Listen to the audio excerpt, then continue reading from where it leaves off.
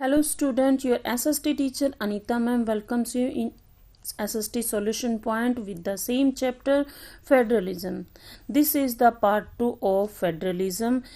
In the earlier video I taught you about the introduction of chapter, characteristics of federal government, difference between the unitary and the federal government, types or root of federation, and what makes India a federal country. And in this video I will discuss you about the how the federalism is practiced, decentralization in India. So student, listen this video carefully, and first I will start how is federalism practiced in India. So student, India में federalism कैसे practice किया जाता है आप इन 3 points से देखेंगे. Federalism practice in India, first हमारा point है linguistic state. On the basis of linguistic state, you will learn about how the federalism practice in India. Linguistic state के बारे में बात करते हैं तो the creation of linguistic state was the first and major test of democratic politics in our country. जो linguistic base पे हमने अपने स्टेट्स को बनाया है, ये हमारा फर्स्ट एक्सपेरिमेंट था जो सक्सेस भी हुआ. हालांकि बहुत सारे नेशनल लीडर थे जो ये समझ रहे थे कि अगर हम लैंग्वेज बेस स्टेट को डिवाइड करेंगे तो कंट्री डिसइंटीग्रेट हो जाएगी, लेकिन ऐसा हुआ नहीं और इससे इसका अपोजिट रहा कि कंट्री में और भी ज़्यादा यूनिटी आई और स्ट्रॉन्ग बनी. So many old state have vanished and many new state have been created. बहुत सारी स्टेट नई बनाई गई. Areas, boundaries and name of the state have been change. Area, नए एरियाज बनाए, नई स्टेट बनाए गए. पहले वाली जो हैं उनकी बाउंड्री चेंज की, नाम चेंज किए गए.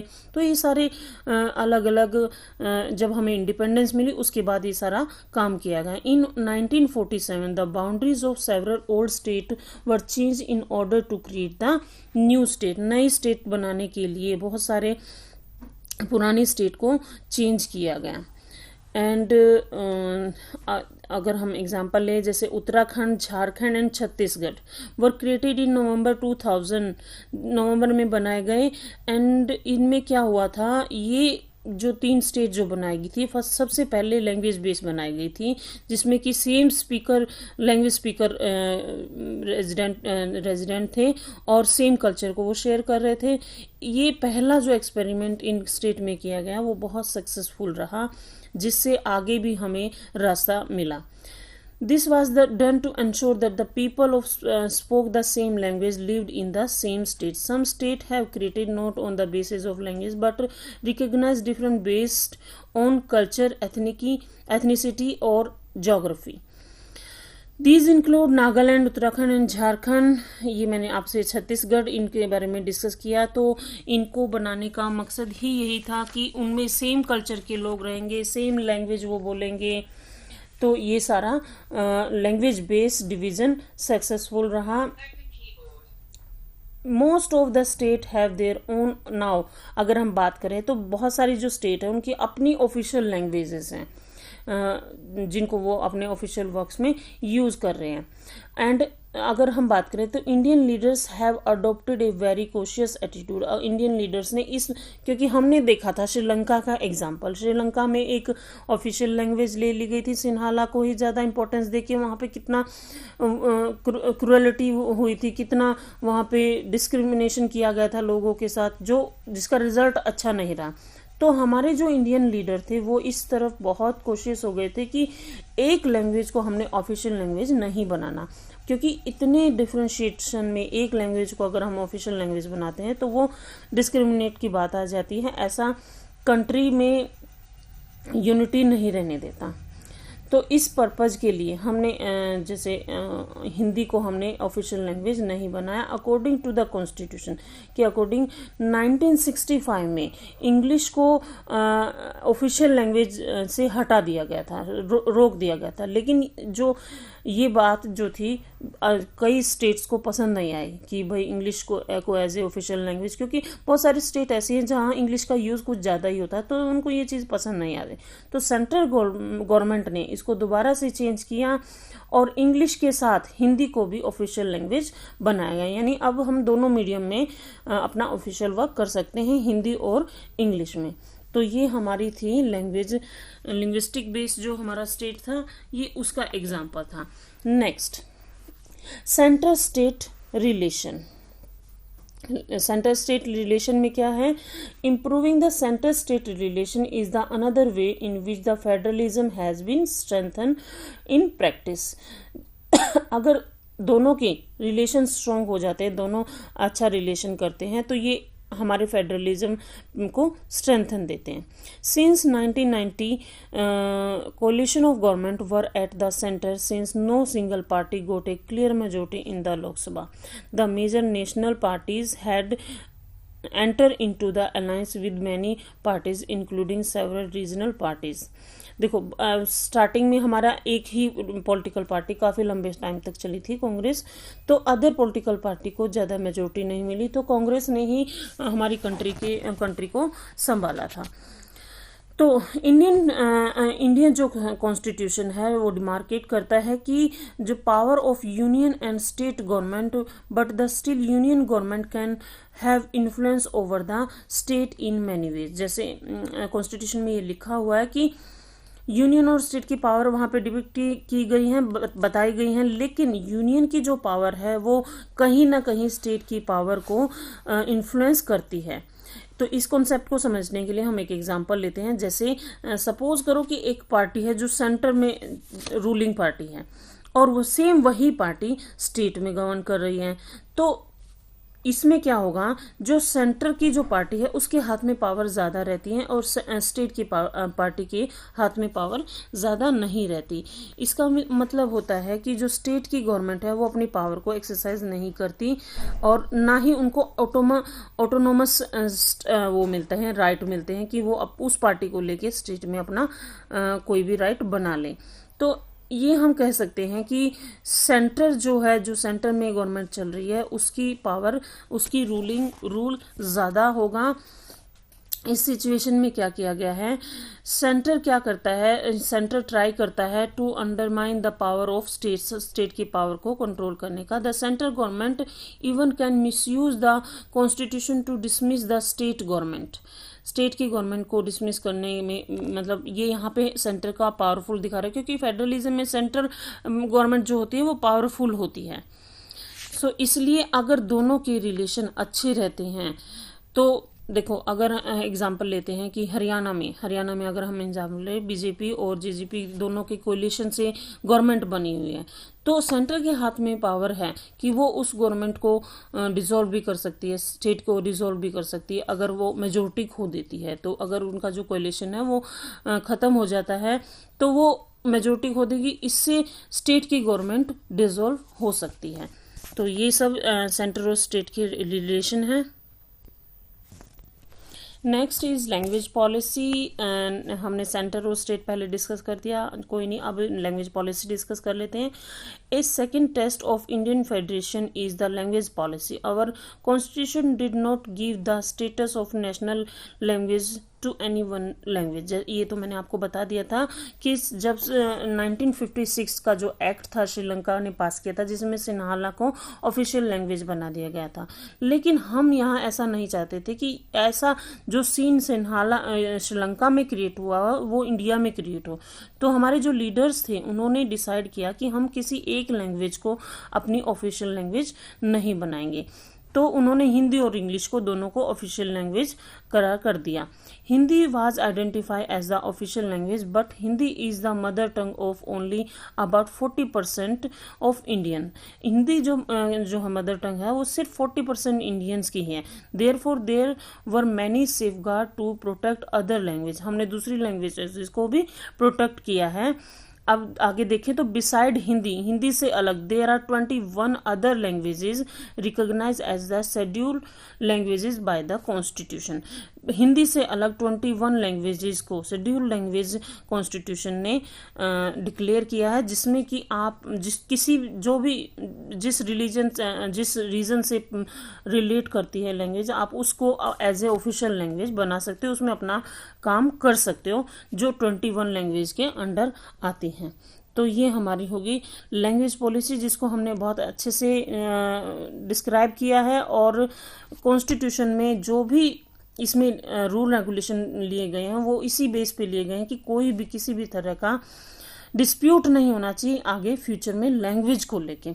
तो ये इंडिया का हमारा फेडरलिज्म है कि इंडिया में हाउ इज फेडरलिज्म प्रैक्टिस्ड, जिसमें कि हमने लिंग्विस्टिक स्टेट की बात की, सेंट्रल स्टेट के रिलेशन की बात की, एंड लैंग्वेज पॉलिसी की बात की।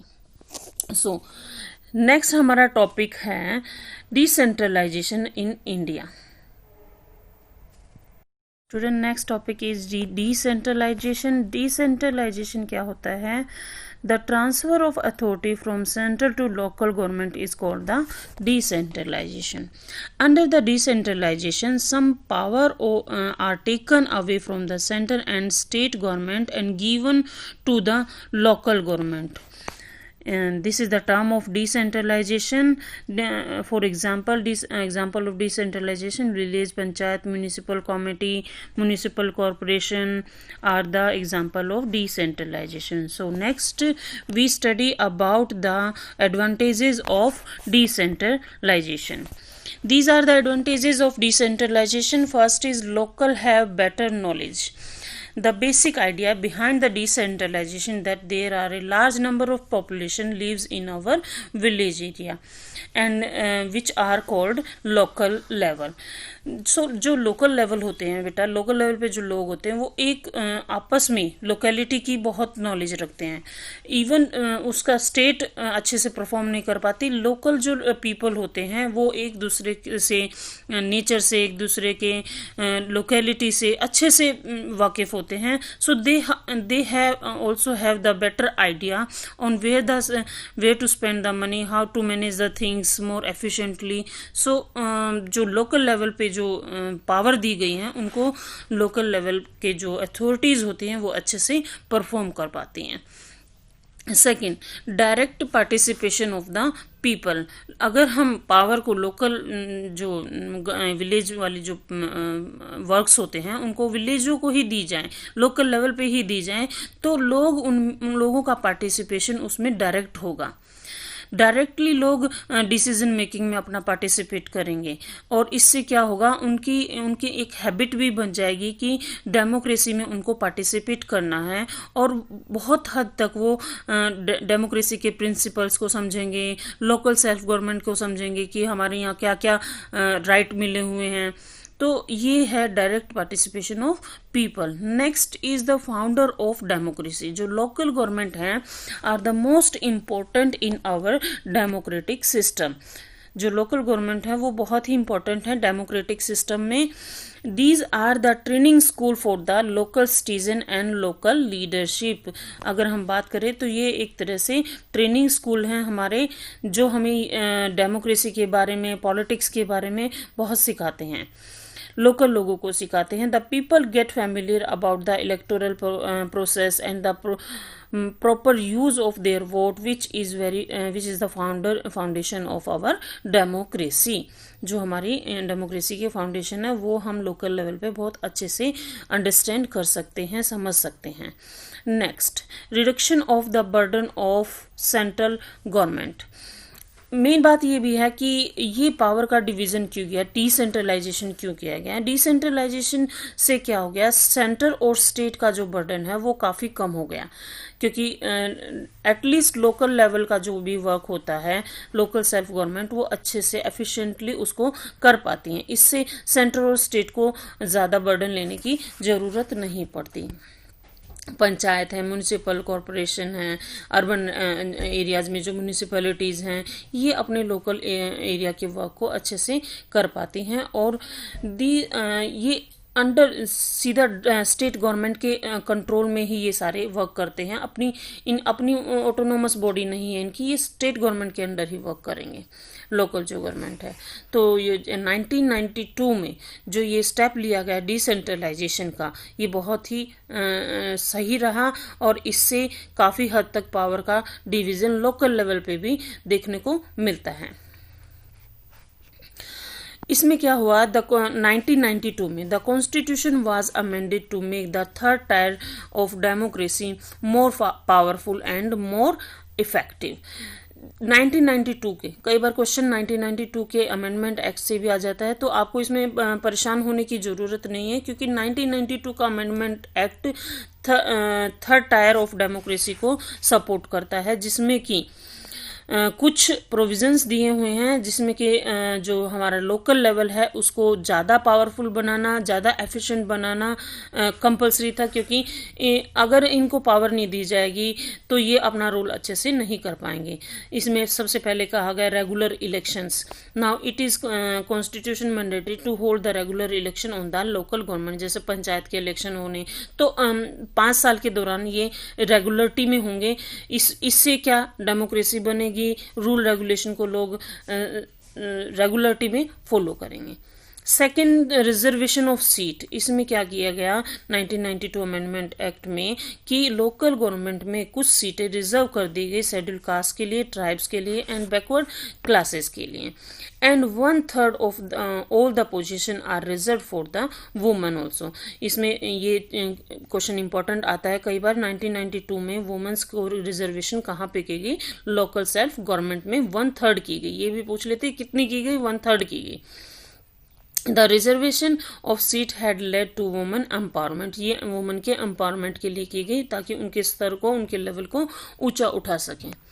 Next, state election commission. State election commission, an independent institution called the state election commission has been created in each state to conduct the panchayat and municipal election.